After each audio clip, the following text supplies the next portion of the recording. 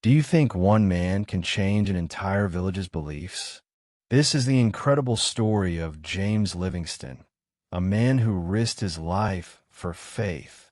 Deep in the heart of the African jungle, where the thick canopy blocked the sun and the cries of wild animals echoed through the trees, a young missionary named James Livingston embarked on a journey that would test his faith, endurance, and devotion to God.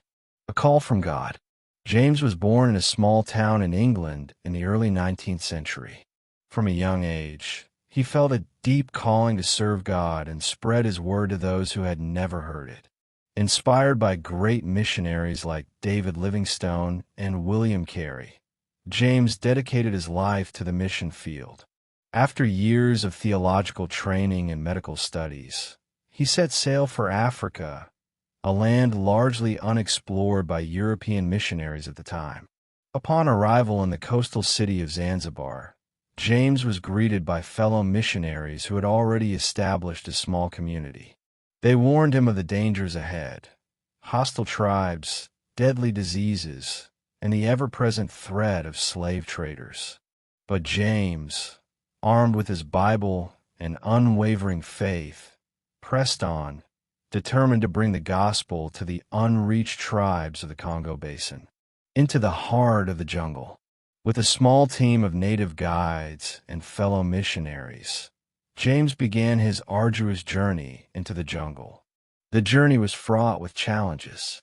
The sweltering heat, swarming insects, and treacherous rivers made progress slow. But James remained resolute. At night, by the dim glow of a lantern, he read the scriptures, finding solace in God's promises. After weeks of travel, they reached a remote village named Mboko, inhabited by the Bakongo people. The villagers, wary of outsiders, viewed James and his team with suspicion.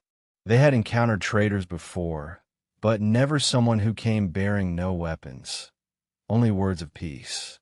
The village chief, Mumbanza, was particularly skeptical. He allowed them to stay, but warned that any sign of deception would result in their immediate expulsion, or worse. Sowing seeds of faith, James knew that winning the trust of the villagers would take time. He began by tending to the sick, using his medical knowledge to treat wounds, fevers, and infections. Slowly, the people started to accept him. He learned their language, studied their customs, and sat with the elders, listening to their stories. One evening, James gathered the villagers and began to share the story of Jesus. He spoke of love, redemption, and the sacrifice of Christ. Many listened, intrigued by the message of a God who loved them unconditionally. But Chief Mumbanza remained unmoved. "Your God may be good for you, but we have our own gods," he said sternly. Despite the chief's resistance, James continued his work. He built a small church and school, teaching children how to read and write. He also introduced agricultural techniques that improved the village's food supply. The once suspicious villagers now saw James as a friend. The test of faith. One day, disaster struck.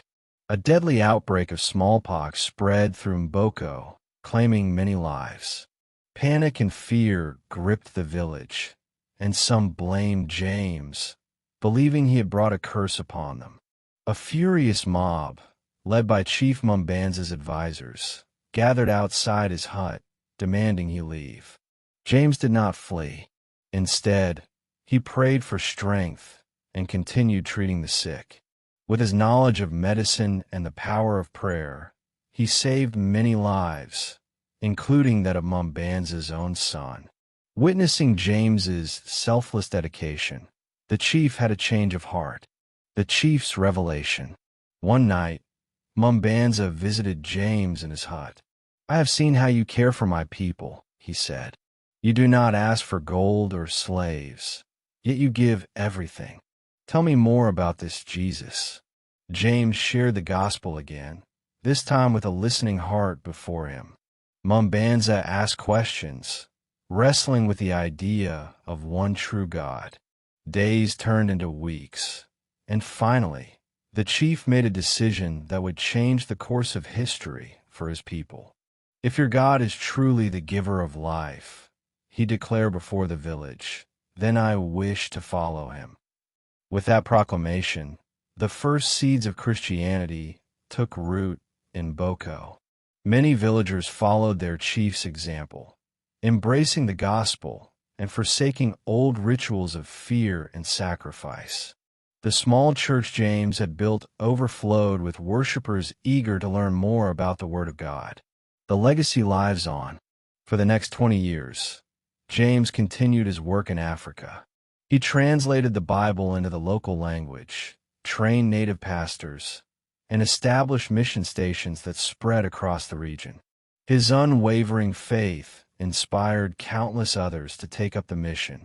When James passed away, he was buried beneath a tree in Boko, his grave marked with a simple cross. But his legacy did not end there. The church he founded continued to grow, and today, millions of people in Africa trace their Christian faith back to the seed sown by James Livingston and missionaries like him. His life was a testament to the power of faith, love, and perseverance, proof that even in the darkest corners of the world, the light of Christ can shine brightly.